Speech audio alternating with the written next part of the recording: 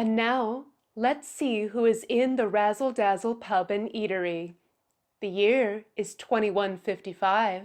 The time is 11 p.m.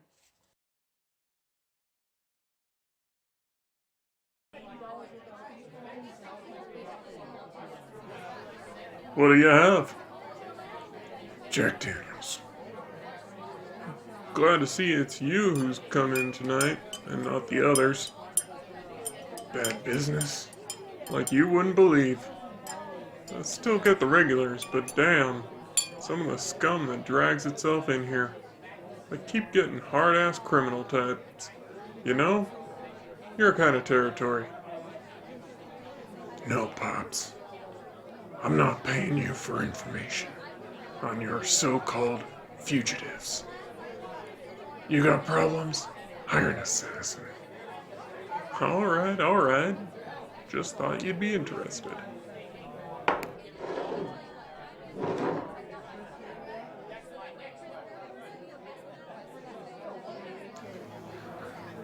My name is Kwalnn.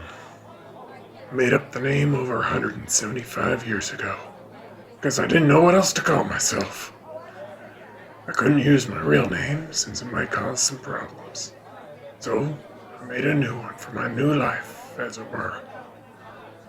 I get asked every now and then how I was turned. Well, that's a story in itself. It was in the Shenandoah National Park, near my hometown of Charlottesville, Virginia. I went hiking there often, but the trip changed everything. I remember that I arrived in later than usual, and I was about 5 miles away from my normal camping spot when the sun began to set. My path was good, so I continued on. A little while later, the forest grew cold and silent. I felt as though someone were watching me. Occasionally, I heard a twig snap and knew I was being followed. It was more like being hunted than anything else.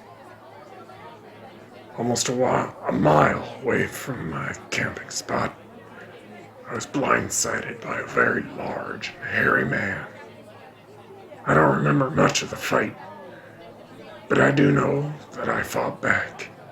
I was able to land several good hits, but nothing seemed to faze him. He was unnaturally strong. I did manage to make him bleed, though, and I guess some of his blood got in my mouth. He threw me down and bit me hard, and I passed out. When I came to, I was surrounded by 3 dead deer, all of whom seemed to be devoid of blood. My teeth felt different, and my jaw ached. Through my hazy vision, I saw the shape of the monster hunched in the bush, and he waited until I got up before running full tilt into the forest. I chased him, and was barely able to keep up. When I next saw him, he was waiting outside an old mine shaft, and as soon as he saw me, he entered it, and I followed.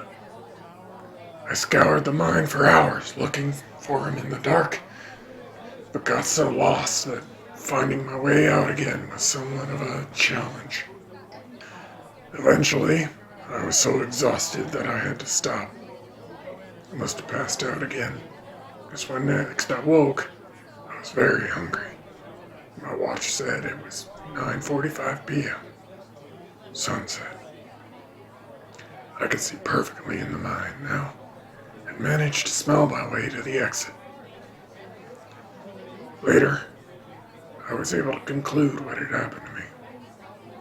I was attacked by a vampire. In the woods, I learned the basics of what it meant to be a creature of the night. I fed on the blood of animals and the like, just to stay alive. In time, I discovered I had a full set of wolf-like teeth in my mouth.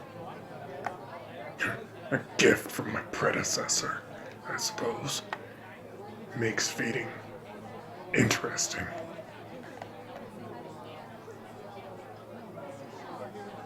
When I finally gained enough courage to re-enter the city, I managed to find another vampire to help me out.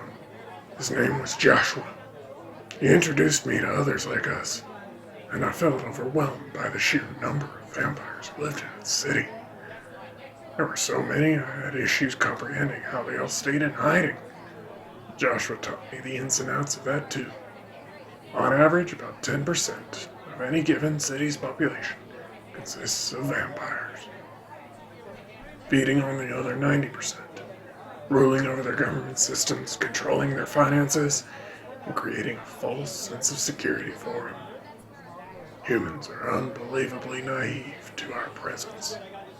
But the less said about that, the better. I'll tell you what else Joshua did for me. He offered me a job, working for the Trueborn family, which was very kind of him. When you're immortal, it's good to stay busy. Oh, you think being immortal is just all fun and games, do you? Well, let me tell you, it ain't at all as cracked up to be. Keeping up with the times is difficult for most vampires. For me, I bide my time working for the jobs for families and learning new languages. I have a few under my belt now. Currently working on learning Arabic. It's slow with no teacher, but I have plenty of time. As for my work, it's often strange, but then again, I'm a vampire. What is stranger than that? At this point, I've come to realize that it's not so strange. Anyway, I was talking about my work. Generally, I work for the Trueborn family, who are these strange motherfuckers who practice the occult. When something goes wrong that they can't handle, they call me. I face demon gods, my own soul, and many other things.